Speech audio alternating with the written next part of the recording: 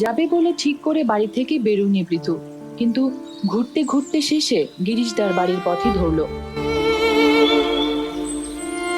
গিরিশদার বাড়িটা ভুলভুলাইয়ার উল্টো দিকে। হাটচান্দ্রার মূল সীমানা পেরোনোর পরই এদিকটা বেশ নির্জন। কাঁচা রাস্তাটা গিয়ে পুন্নার গভীর জঙ্গলের ফরেস্ট রোডে মিশে গেছে। রাস্তাটা ঢালু হয়ে গড়িয়ে গিয়ে একটা ছোট্ট নালা পেরিয়েছে, তার নাম পিরপিরি।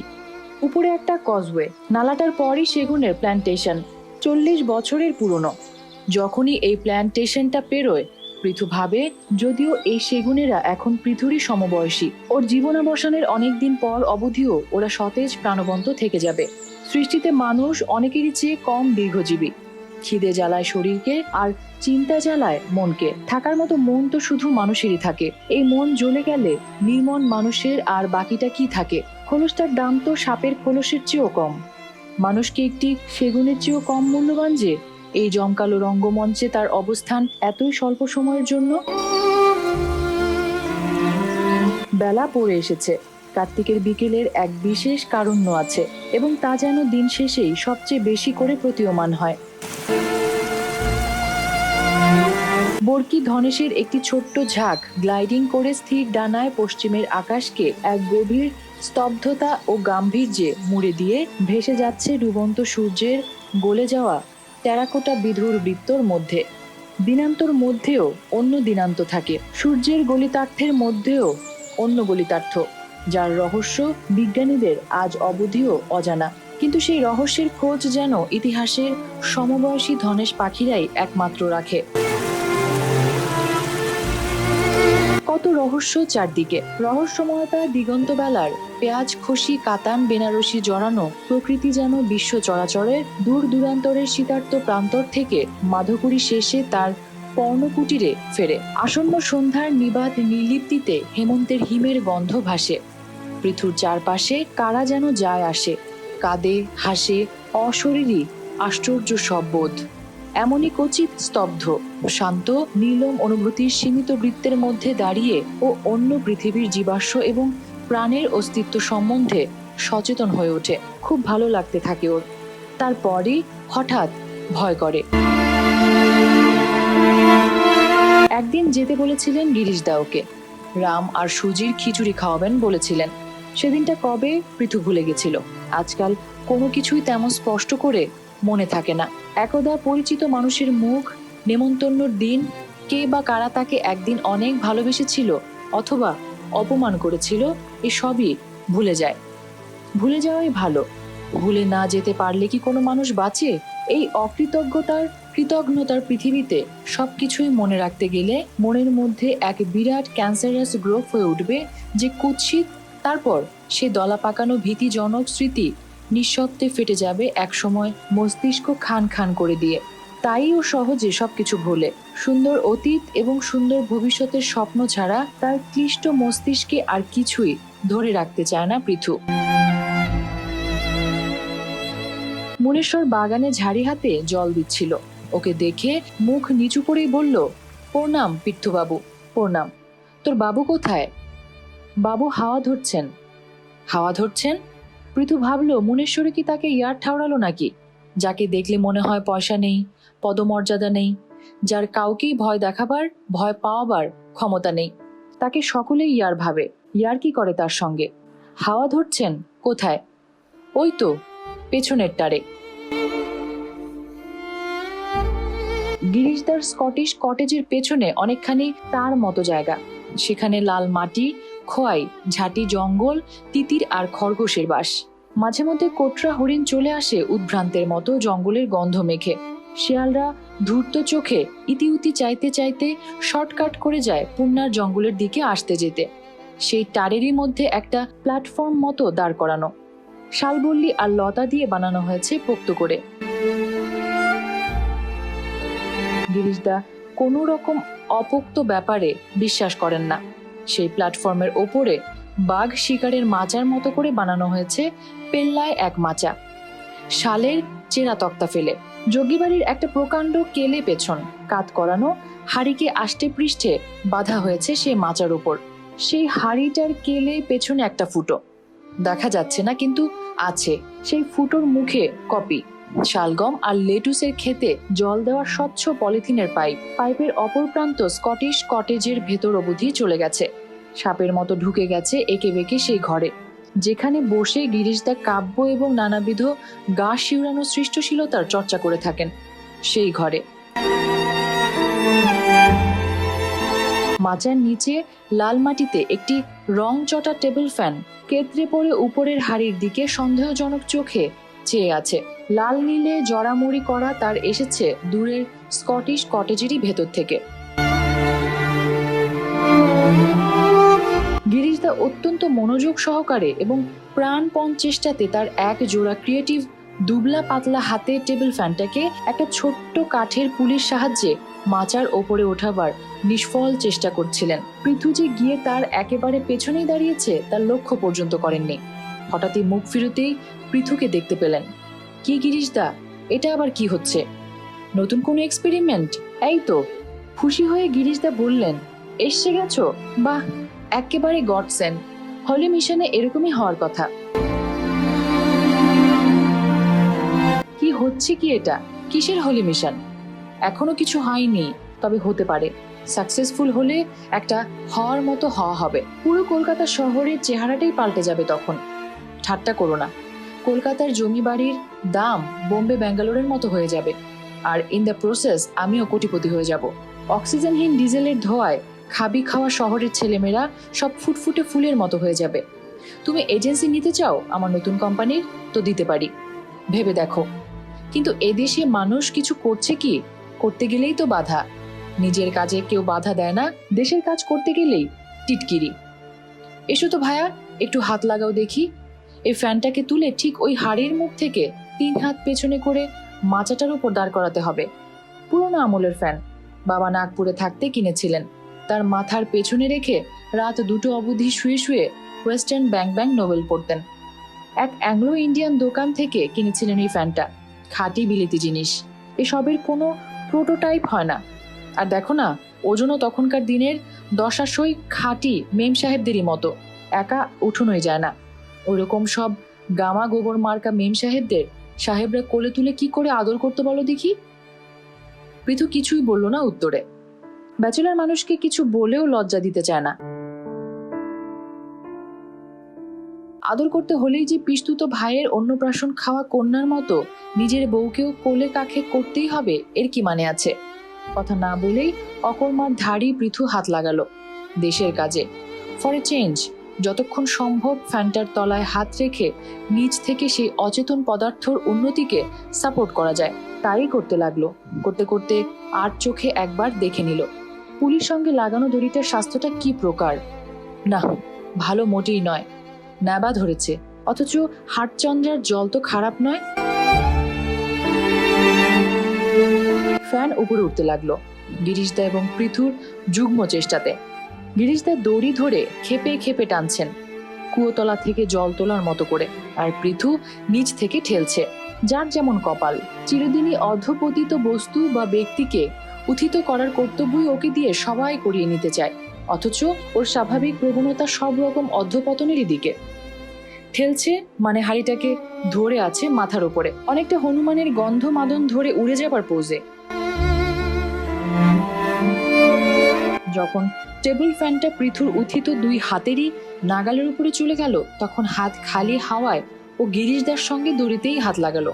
কিন্তু পৃথুর প্রত্যয় এই বিষয়ে বিশেষই দৃঢ় হলো যে মাধ্যাকর্ষণ শক্তি হিসেবে এখনো যথেষ্ট জোরালো শক্তি। ফ্যানটা ইনকনসিডারেটের মতো অল অন এ সাডেন গিরিশদার মাথা এবং পৃথুর ডান পা গুড়িয়ে দিতে দিতেও না দিয়ে মুখ থুবড়ে মাটিতে পড়লো গোত্তা মেরে। গোবদা মেম সাহেব মার্কা ফ্যানের মূল শরীর এবং এলিজাবেথিয়ান গাউনের মতো পাখা ঝাঁকা গ্রিলটা আলাদা হয়ে গেল সঙ্গে সঙ্গেই। মুক্তির আনন্দে পাখার বিযুক্ত গ্রিলটা 4 পাক ঘুরে নিয়েই থিতু হলো। গিরিশদার 2 কোমরে 2 হঠাৎ খালি হাত রেখে দীর্ঘ সময় ধরে ঘটনাটাকে ঘটতে দেখলেন। বললেন, দেখলে পৃথু, অর্ধপতন। পতন তো চিরকাল অর্ধলোকেরই হয় গিরিশদা, কে আর কবে ঊর্ধ্বলোকে পড়েছে বলো? পৃথু বলল, তারা শঙ্করের 2 পুরুষের নুটু মুক্তারের লজবাব ডায়ালগ কোট করো। ঠাট্টা নয় হে, ক্যালামিটি, রিয়েল। Great calamity. বড় কিছু করতে গেলে এরকম ছোটখাটো ক্যালামিটি হয়, পৃথু বলল। Calamity is a calamity, irrespective of its scale. ডান পায়ের বুড়ো আঙুলে ফ্যানটা পড়লে বড়ই লাগতো, কারণ সেখানে সবে একটা লোম ফোড়া গজিয়েছিল পৃথু। বেঁচে যে গেছে এই ঢের। পৃথু সে কথাই ভাবছিল। লেসার ক্যালামিটি সামলাতেই হিমশিম ও সমস্ত ক্ষণ গ্রেটার ক্যালামিটি থেকে দূরেই থাকতে চায়। পৃথু বলল, কি করবেন এখন? মুনেশ্বরকে দেখেছো? কোথায় যে থাকে রাস্কেলটা? জল দিচ্ছে বাগানে, দেখে এলাম। ডেকে আনো তো। ও ইচ্ছে করে নন কোঅপারেট করছে। কোনো রকম সায়েন্টিফিক ব্যাপারে ব্যাটার এক ফোঁটা ইন্টারেস্ট নেই। টিপিক্যাল কুসংস্কারাচ্ছন্ন ভারতীয়। পৃথু মুনেশ্বরকে ডাকতে যেতে যেতে আবারও শুধুলো, তা সায়েন্টিফিক ব্যাপারটা হচ্ছে কি? হুড়োর কলটা কিসের? বলে ফেললেই তো হয়।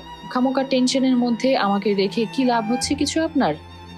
মুনেশ্বরকে ডেকে আনো, পরে বলবো। আর শোনো পৃথু, তোমার কি ফ্ল্যাক্ট ইন্ডিয়া এবং ইন্ডিয়ান অয়েলের কারোর সঙ্গে জানাশোনা আছে? কোনো বড় অফিসার, বোর্ডের কেউ?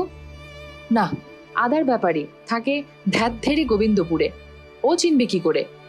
No wonder. তোমরা যে লেখাপড়া কেন শিখেছিলে তাই ভাবি মাঝে মাঝে।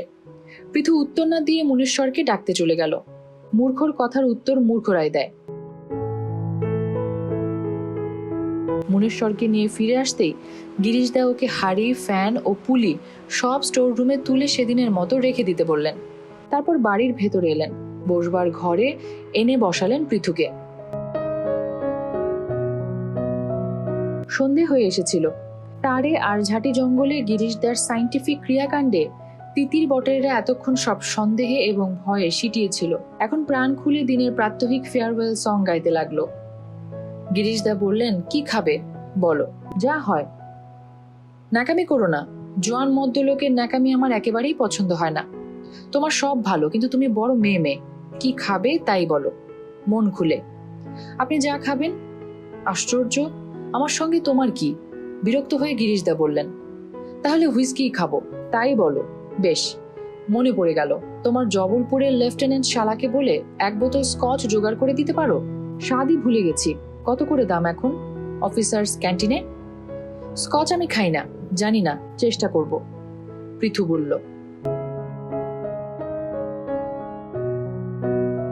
ভাবলো শালাকে বলে কিছুই হবে না। পৃথু যতদিন শালার কাছে দামি ছিল, শালা বাহন ছিল, ততদিনই সে শালার মুখ মিষ্টি। এখন প্রয়োজন সবই ফুরিয়ে গেছে। পৃথুকে কেউই পোছে না। দু একটি অনুরোধ করে দেখেছে, গ্রাহ্যই করে না। বড় অপমান লাগে। এরা যখন ছোট তখন থেকেই পৃথু এদের দেখেছে। এই পৃথিবী বড় নির্লজ্জ, চক্ষু লজ্জা পর্যন্ত নেই। কৃতজ্ঞতা বোধ টোধ অনেক বড় ব্যাপার সব, তার চেয়ে বরং রুষাকেই বলবে। রুষার মতো রিসোর্সফুল মানুষ হাটচান্দ্রাতে আর একজনও নেই। রুষা ইঁদুরকারকে বললেই সে জোগাড় করে দিবে, নো প্রবলেম। গিরিশদাকে একটা না হয় প্রেজেন্টই করবে। মুখে শুধু বললো, আচ্ছা গিরিশদা, বলবো, মানে লিখে দেব জবলপুরে। আপনি নেবেন না হুইস্কি? আমাকে একা কেন? না ভাইয়া, এ ব্যাপারে আমি একেবারে সাহেব। স্কটিশ কটেজের মালিক বলে ব্যাপার। Not before sundown. তা সুজির খিচুড়ি খাবে তো তুমি? ঘাড় নাড়িয়ে লোভীর মতো পৃথু বলল, হ্যাঁ। রুষা কিছুই অন্যায় বলে না। সত্যি ও একটা অ্যাপিকিউরিয়ান, প্রিহিস্টোরিক পিগ, গ্লাটন খাওয়ার ব্যাপারে। A believer in quantity cum quality. তা হবে। পৃথুর জ্যাঠামশাই সম্বন্ধে একটা জনশ্রুতি চালুও ছিল এক সময়। পেট রোগা অথবা খেতে না পাওয়া মানুষেরা প্রায়ই বলে বেড়াতো, mister Jagadananda Ghosh believes that the only way to the heart is a through the stomach. আসুক মুনেশ্বর, জোগাড় যন্ত্র করে দিক, আমিই রাখবো। গিরিশদা বললেন, তুমি তুমি কিছু রাঁধতে টাতে পারো পৃথু? না, তবে চা আর অমলেট পারি। হা হা হা। গিরিশদা জোরে হেসে উঠলেন। হাসিতে মানুষের চরিত্র ফুটে ওঠে। মানুষটা খুবই সরল, মনের মধ্যে কোনো ঘোর প্যাচ নেই। তবে তো পারোই। তুমি যদিও শিখতে চাও তাহলে তোমাকে রান্নাও শেখাতে পারি। কুলিনারি আর্ট হচ্ছে height of all arts. Cave paintings এর আগে এর জন্ম। বুঝে দেখো, আমাদের এই মধ্যপ্রদেশের ভীম বৈঠকা বা স্পেনের আলটামিরারও অনেক আগে মানুষ রন্ধন শিল্পে পারদর্শী হয়েছিল।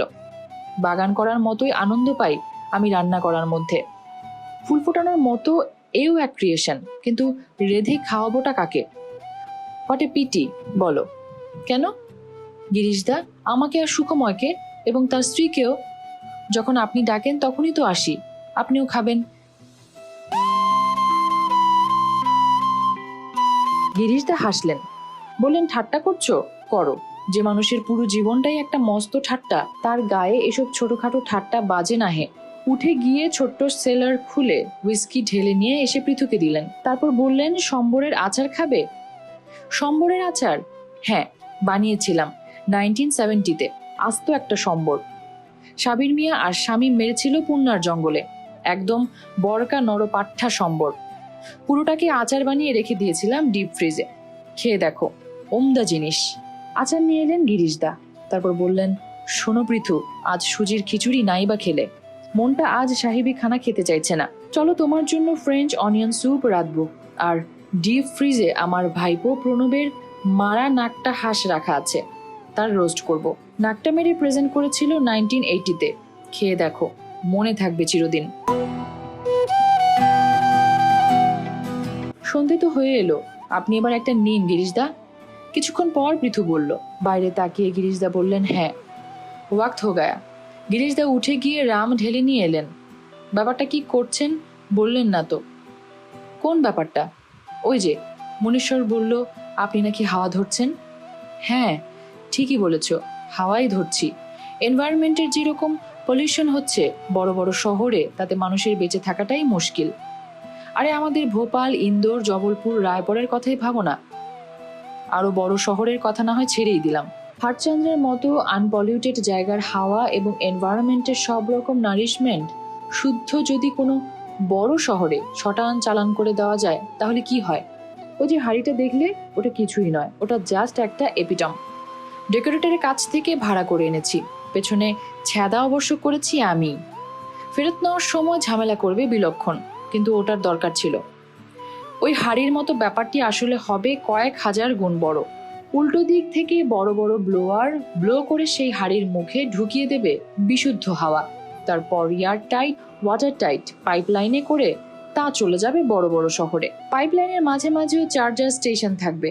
ব্লোয়ার থাকবে বিশুদ্ধ হাওয়া চারিয়ে ভাগিয়ে ডেস্টিনেশনে নিয়ে যাবার জন্য অক্সিজেনের ওজনের ডোজ দিয়ে দিয়ে। বড় বড় পলিউটেড শহরে স্টোরেজ ট্যাঙ্ক থাকবে। ট্যাঙ্ক থেকে পলিথিনের সিলিন্ডারে করে যেমন ভাবে রান্নার গ্যাস সাপ্লাই হয় গৃহস্থদের বাড়ি বাড়ি, অফিস কাচারিতে এই বিশুদ্ধ হাওয়াই সাপ্লাই দেওয়া হবে। বেডরুমে, স্কুলে, কলেজে, কারখানায়, অফিসে ওই সিলিন্ডার রেখে দিলেই হলো সামান্য খুলে। ভোপালে কি কলকাতায় বসে হাটচান্দার অফিসে ওই সিলিন্ডার রেখে দিলেই হলো সামান্য খুলে। ভোপালে কি কলকাতায় বসে হাটচান্দ্রের পরিবেশ? চিন্তা করো একবার। আমার এক এনভায়রনমেন্ট ইঞ্জিনিয়ার বন্ধুর সঙ্গে কথা বলবো এই নিয়ে। বম্বেতে তাকে চিঠিও লিখেছি, এখানে আসতে বলেছি। এই ভেঞ্চার সাকসেসফুল হলে বিশুদ্ধ জল নিয়েও এমন কথা যাবে। একটা প্রাইভেট লিমিটেড কোম্পানি ফর্ম করব ভাবছি। নাম দেব আনপলিউটেড এনভায়রনমেন্ট প্রাইভেট লিমিটেড। তুমি কি ডিরেক্টর হতে চাও? ক্যাপিটাল লাগবে না, তুমি শুধু আমার কোম্পানির দারুণ সব চমকে দেওয়া বিজ্ঞাপনের কপি লিখবে, যাকে বলে সত্যিকারের ক্রিয়েটিভ কপিরাইটিং। কি হে পৃথুবাবু, ঝুলে পড়বে নাকি? হা হা হা। বাণিজ্যে বসতি লক্ষ্মী। পিসি রায়ের কথা, বিসি রায়ের কথা শুনলো না তো বাঙালি।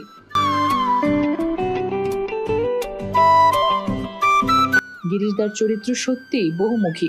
ওর বহুমুখী বাতিকগুলোর একটিও প্রতিভার পাকা রাস্তায় গিয়ে পৌঁছতে পারলো না। এটা ভেবেই দুঃখ লাগে। প্রতিভার পথ বোধহয় বড়ই দুর্গম। খুব কম লোকই বোধহয় সেই পথ বেয়ে গন্তব্যে পৌঁছতে পারেন। আর যারা পেরেছেন বলে ভাবেন, তাদের মধ্যে বেশিরভাগেরই প্রতিভা কাকে যে বলে সেই সম্বন্ধে কোনো স্পষ্ট ধারণাই হয়তো নেই। আজকালকার মিডিয়া বাহিত যশ, প্রচার আর নাম ডাকের সঙ্গে হয়তো প্রতিভার কোনো সাযুজ্যই নেই। গিরিশদা প্রতিভাবান না হতে পারেন, কিন্তু চমৎকার মানুষ। চমৎকার মানুষই বা কজন হতে পারেন? বাতিগ্রস্ত হতেও এক ধরনের কুড়ি প্রতিভা লাগে হয়তো। খুবই জীবন্ত মনের একজন ঝকঝকে রসিক মানুষ তিনি। পৃথুর একঘেয়ে ক্লান্তিকর মন খারাপ বিষণ্ণ দিনগুলি আনন্দ ফুলফোটা সোনাঝুরি গাছ হয়ে ওঠে যেন গিরিশদার কাছে এলেই। এখানে এসে নিজেকে নবীকৃত করেও বারে বারে। যেখানে বাঘের ভয় সেখানেই সন্ধ্যা হয়। রামে এক চুমুক দিয়ে গিরিশদা বললেন, তাহলে শুরু করি ভায়া, কি বলো? কথাটা তবুও না বোঝার ভান করে পৃথু বলল, কি? কবিতাটা শুরু করি। সুখময় কোথায়? আজ এলো না তো। তার স্ত্রী? দেখা হলো না। কথা ঘোরাবার জন্য বলল পৃথু, সুখময়রা সুখেই আছে। যেদিন আসতে বললাম সেদিন তো তুমি এলে না, তাদের দেখো পরে, অন্যদিন। আজই জানতে পেলাম সুখময়ের স্ত্রী পরম কল্যাণিয়া, মানে আমার পুত্রবধূ, is in the family way. Congrats. পৃথুর মুখ ফসকেই বেরিয়ে গেল কথাটা। ইংরেজি ভাষাটা বোধহয় কোনো কোনো আগ্নেয়াস্ত্রের মতো। হেয়ার ট্রিগার আছে, হাওয়া লাগলেও কিছু বোঝার আগেই গুলির মতোই চকিতে শব্দ ছুটে যায়। ভারী খারাপ। তারপর বলল, কোন কবিতাটি? যার নাম দিয়েছিলেন হাত, সেই কবিতাটি ছিঁড়ে ফেলেছি। কেন? আর্নেস্ট হেমিংওয়ে কি বলতেন জানো? কি বলতেন? যে যিনি যত নির্মমভাবে লেখা কাটতে পারেন, ছিঁড়তে পারেন, তিনি তত বড় লেখক। নিজেকে বাতিল না করতে পারলে, প্রতি মুহূর্ত পেরিয়ে না যেতে পারলে, সে মানুষ কিছুই সৃষ্টি করতে পারে না। যে ক্রিয়েটিভ আর্টিস্ট তার নিজের সম্বন্ধে বা নিজের সৃষ্টি সম্বন্ধে বিন্দু মাত্র শ্লাঘা জন্মিয়েছেন, নিজের মস্তিষ্কের অনবধানে হলেও সেইটুকু তার কবর খোঁড়ার জন্য যথেষ্ট। বাহ, আপনি সুন্দর বললেন, কিন্তু সত্যি আপনি চমৎকারই বলেন। ইংরেজিও। বাহ, বাংলা কবিতা লিখলে কি হয়? ছাত্র তো ইংরেজিরই ছিলাম, ইংরেজিতেই তো এমএ করি। বেশিরভাগ বড় বাঙালি কবি তো ইংরেজির ছাত্র, ইংরেজির অধ্যাপক। ভাষা জলেরই মতো, জমিতে বেড়া লাগালেও তলে তলে চুইয়ে চলে যায় অন্য মাঠে। তা ঠিক, ভাষা মাত্রই একে অন্যের পরিপূরকও। একটি ভাষা ভালো যে জানে, সে অন্য একাধিক ভাষাও বেশ ভালো জানে বলেই দেখা যায় সাধারণত।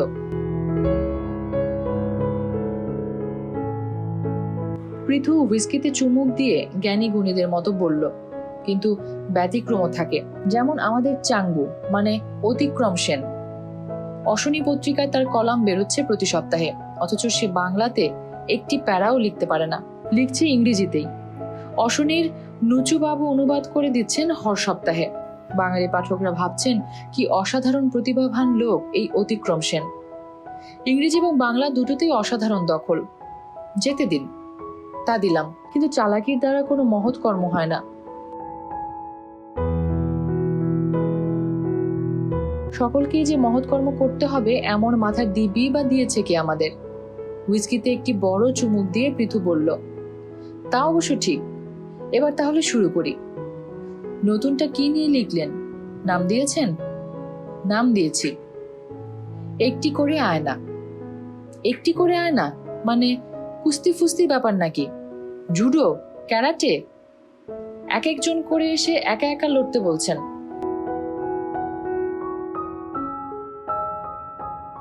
এমন এমন সময় নিজেকে খুবই অপরাধী লাগে। গিরিশদা মানুষটা সত্যিই ভালো। পৃথুকে যথার্থই ভালোবাসেন, কাছে ডাকেন, আদর করেন। খাদ্য পানীয়র আদরও ওর কাছে। পৃথু যা পেয়েছে তা এই জীবনে শোধ করতে পারবে না কোনোদিনও। অথচ বাড়িতে ডেকে তাকে যে একদিন খাওয়াবে সেই উপায়ও তার নেই। কিন্তু এত কৃতজ্ঞতা সত্ত্বেও অকবিতাকে কবিতা বলে মানতে সে অপারগ। এটা তার সততা, অভদ্রতা বা অকৃতজ্ঞতা নয়। ও পারে না মিথ্যাচার করতে। চৈনিক দার্শনিক কনফুসিয়াস বলেছিলেন, if you pay evil with good, what do you pay good with? ভালোকে ভালো বলো, খারাপকে খারাপ। এই অবিবেচনা, এই ট্যাক্টলেসনেস অথবা ভণ্ডামিতে অপারগতার কারণে পৃথুকে কম কিছু হারাতে হয়নি আজ পর্যন্ত এই জীবনে। তবুও বদলাতে পারলো না নিজেকে। স্বভাব কি বদলায়? স্বভাব বদলায় চিতাতে। জুডো কুস্তির ব্যাপার নয়, আয়না মানে আয়না, লুকিং গ্লাস।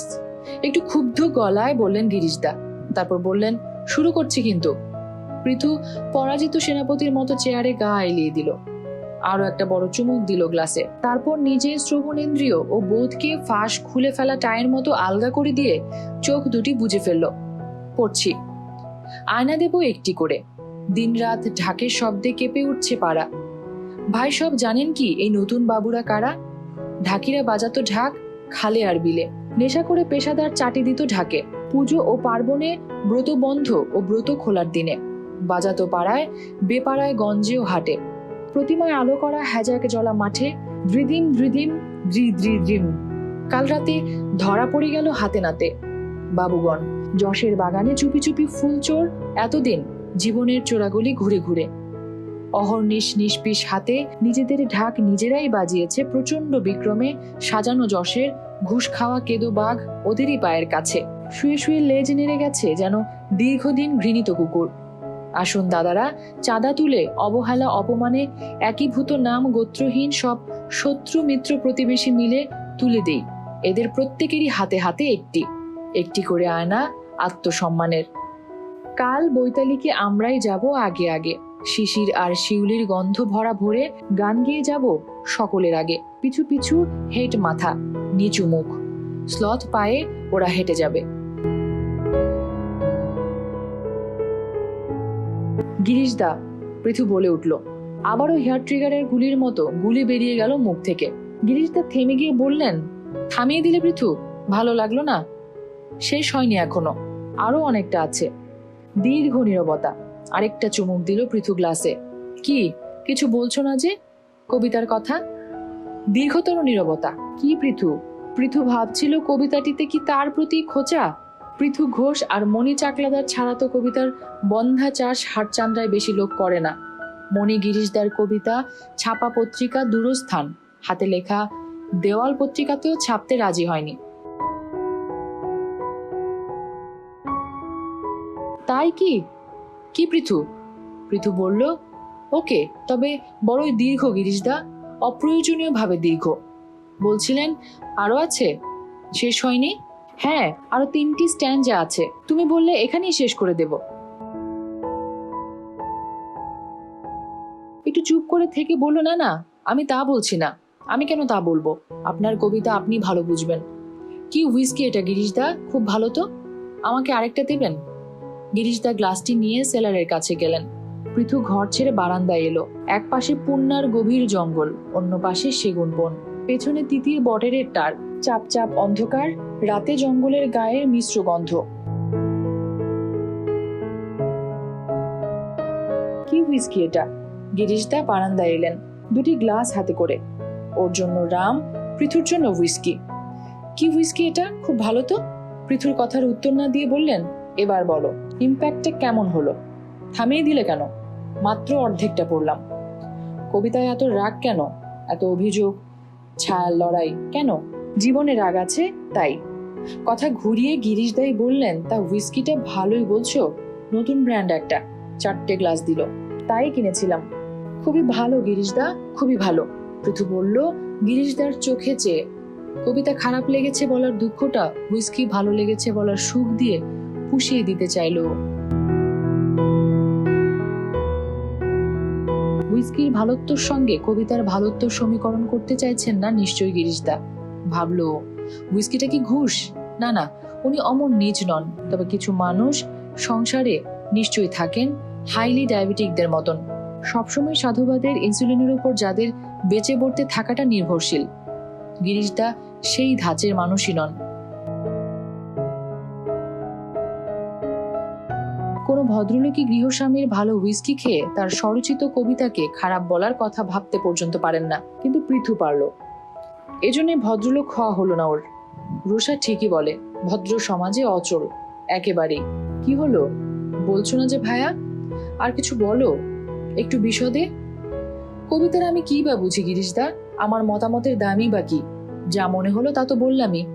তা না, রাগের কথা বলছিলে কি যেন একটু আগেই? হ্যাঁ, তা বলছিলাম যে রাগ ভালো নয়। কেন ভালো না হওয়ার কি? মানে মুখে কিছু বলতে পারলো না পৃথু, নিরুচ্চারেই বলল, রাগ না থাকলে হয়তো বিপ্লব হয় না, যুদ্ধও হয়তো জেতা যায় না, জানি না। কিন্তু রাগের সঙ্গে কবিতা, মানে অন্যভাবে বললে কবিতা রাগের সঙ্গে সচরাচর সহবাস করে না। কবিতা প্রসঙ্গ তারপর আর গিরিশদা আর তুললেন না। অতুৎসাহীদেরও উৎসাহে ভাটা পড়ে কখনো কখনো, নির্লজ্জেরও লজ্জা হয় কখনো কখনো।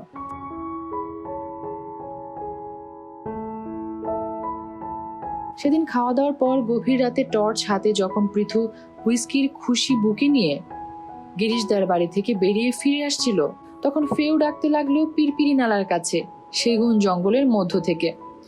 জঙ্গলি জানোয়ারের ভয় পৃথুর নেই। মনে হলো হঠাৎ একটা বোটকা গন্ধ যেন এলো নাকে। দুর্বল ব্যাটারির টর্চের আলোটা বৃত্তাকারে পড়ছিল অন্ধকার জঙ্গলে। সেই আলোর ফিকে বৃত্ত অন্ধকারকে গাঢ় করে তুলছিল শুধু।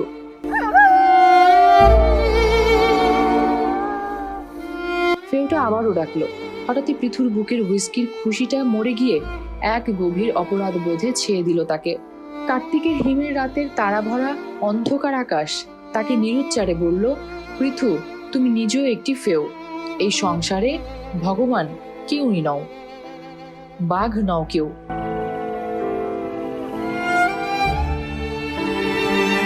গিরিশদার জন্য যেমন মনটা হঠাৎই খুব খারাপ হয়ে গেল, তেমনই হলো রুষার জন্যেও, কুর্চির জন্যে, এমনকি নিজের জন্যেও। নিজে 100 ভাগ সৎ হতে পারলেই খুশি হতো।